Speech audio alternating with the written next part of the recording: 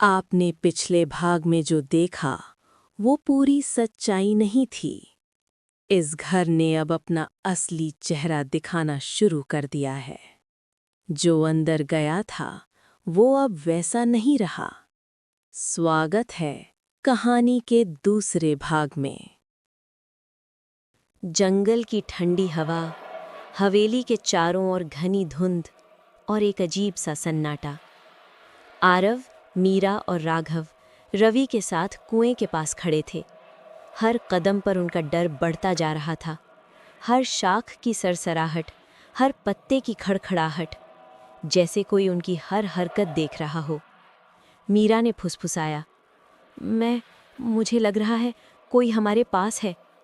राघव ने मजाक करने की कोशिश की, लेकिन उसकी हंसी में डर साफ झलक रहा था। ये जंगल या हवेली कोई जानता ही नहीं।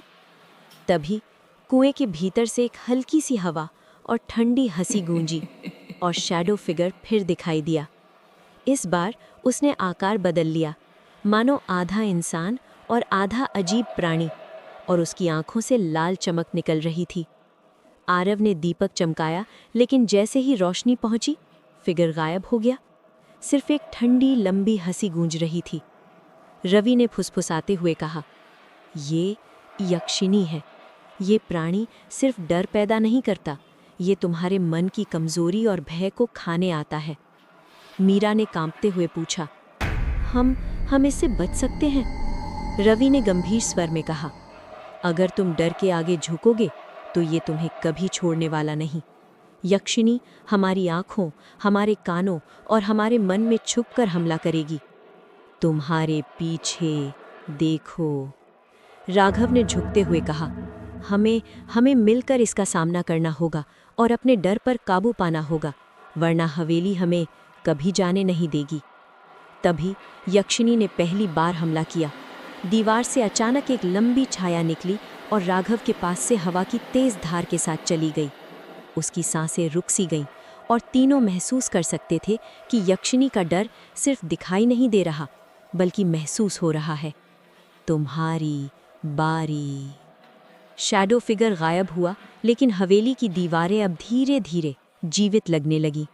और रवि ने फुसफुसाते हुए कहा, ये तो सिर्फ शुरुआत है। अगर हम अपनी आंखों और दिमाग पर भरोसा खो देंगे तो यहाँ से कोई जीवित बाहर नहीं जाएगा। आओ, डर के आगे टिक पाओ तो शायद बच सको। रात और भी गहरी हो चुकी थी। जंगल की धुंध अब कुएं से निकलकर हवेली की दीवारों से चिपकने लगी थी। कोई बोल नहीं रहा था। चारों की सांसें बस वही आवाज़ थी जो जिंदा होने का सबूत दे रही थी। राघव जमीन पर बैठ गया। उसका सिर दोनों हाथों में था। वो मुझे छू गई थी। उसकी आवाज़ कांप रही थी। मैंने महसूस किया जैसे किसी ने मेरे दिमाग के अंदर हाथ डाल दिया हो। आरव ने उसे उठाने की कोशिश की। खुद को संभाल, ये सब डर का खेल है। लेकिन तभी रवि पीछे हट गया। नहीं, उसका चेहरा सफ़ेद पड़ चुका था। ये अब सिर्फ डर नहीं है। मीरा ने पूछा, तुम्हारा मतलब? रवि ने धीमे स्वर में कहा, यक्षिणी अब बाहर नहीं है, वो हम सब के अंदर है। हवेली की दीवारों से हल्की हल्की आवाज़ आने लगी, जैसे कोई अंदर से दीवारों को खरोंच रहा हो। मीरा ने अचानक आरव की तरफ देखा। आरव, उसकी आंखें भर आईं। तुम्हें नहीं लग रहा कि ये आवाज़ तुम्हारी जैसी है? आरव चौंक गया। क्या बकवास कर रही हो? लेकिन तभी आरव ने भी वही आवाज़ सुनी, उसकी अपनी आवाज़, दीवारों से गूंजती हुई। मैं यहाँ हूँ। आरव पीछे हट गया। नहीं, ये मैं नहीं हूँ। राघव हंसने लगा, धीमी टूटी हुई हंसी। समझे? वो बोला, ये हमें पागल कर रही है। अचानक मीरा चीख पड़ी, मेरा हाथ! उसकी कलाई पर काले निशान उभर रहे थे, जैसे किसी ने अंदर से पकड़ रखा हो। रवि ने आंखें बंद कर लीं। यक्षिणी डर से नहीं, कमजोरी से आती है। जिस पल तुम खुद पर शक करते हो, वो उसी पल तुम्हारा हिस्सा बन जाती है। हवेली का दरवाज़ा अपने आप खुला। अंदर पूरा अंधेरा, लेकिन उस अंधेरे के बीच एक परछाई खड़ी थी। चारों की परछाई नहीं, पांचवी। और इस बार वो परछाई मीरा जैसी लग रही थी।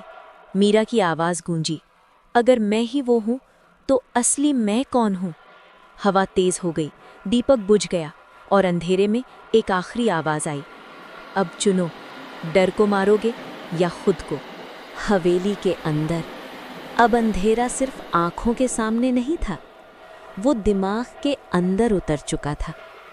दीपक बुझ चुका था और उसके साथ उम्मीद भी।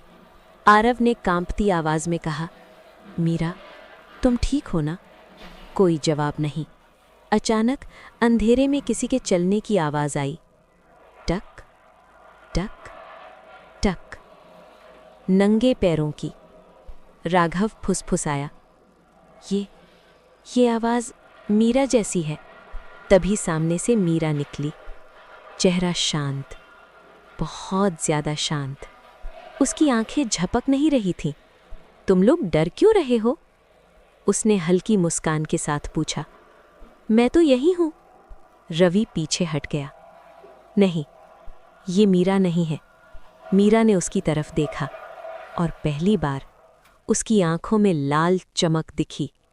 रवि, उसकी आवाज अब दोहरी हो चुकी थी। तुम सबसे पहले समझ गए थे, इसलिए तुम सबसे पहले जाओगे।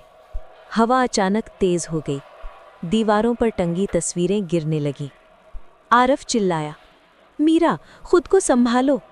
मीरा हंस पड़ी, लेकिन वो हंसी मीरा की नहीं थी। मैं यक्षिनी हूँ और मैं बाहर से नहीं आई, मैं तुम्हारे डर से बनी हूँ। राघव ने सिर पकड़ लिया। नहीं नहीं, ये सब मेरी वजह से हो रहा है। उसकी आंखों के सामने एक सीन घूमने लगा। उसका बचपन, एक बंद कमरा और चीखें। राघव जमीन पर गिर पड़ा। ये तुम्हारा डर है, यक्षिनी बोली, और अब ये तुम्हारा सच बनेगा। आरव ने रवि का हाथ पकड़ा। कोई रास्ता होगा? रवि ने कांपते हुए कहा, हाँ, एक, लेकिन उसमें किसी एक को मरना पड़ेगा। मीरा यक्षिनी ने धीरे धीरे ताली बजाई। शाबाश, अब असली खेल शुरू होगा। हवेली के दरवाजे बंद हो गए, खिड़कियों से खून जैसी धुंध अंदर भरने लगी और दीवार पर लिखा उभरने लगा, एक बचेगा, बाकी यहीं रहेंगे। आरव ने आखिरी बार मीरा को देखा और उसी पल उसे समझ आया, जिस पर उसे सबसे ज्यादा भरोसा था, वही अब उसका सबसे बड़ा दुश्मन है। कहानी सुनने के लिए धन्यवाद। लेकिन ये कहानी अभी खत्म नहीं हुई है। जो आपने अब तक सुना, वो सिर्फ शुरुआत थी। असल सच्चाई अब सामने आने वाली है। बने रहिए हमारे साथ अगले एपिसोड में। अगर आप डर की इन कहानियों का हिस्सा बनना चाहते हैं, तो हमारे चैनल को अभी सब्सक्राइब कर लीजिए, ताकि कोई भी डरावना एपिसोड आपसे छूट न जाए। और बेल आइकन दबाना मत भूलिए,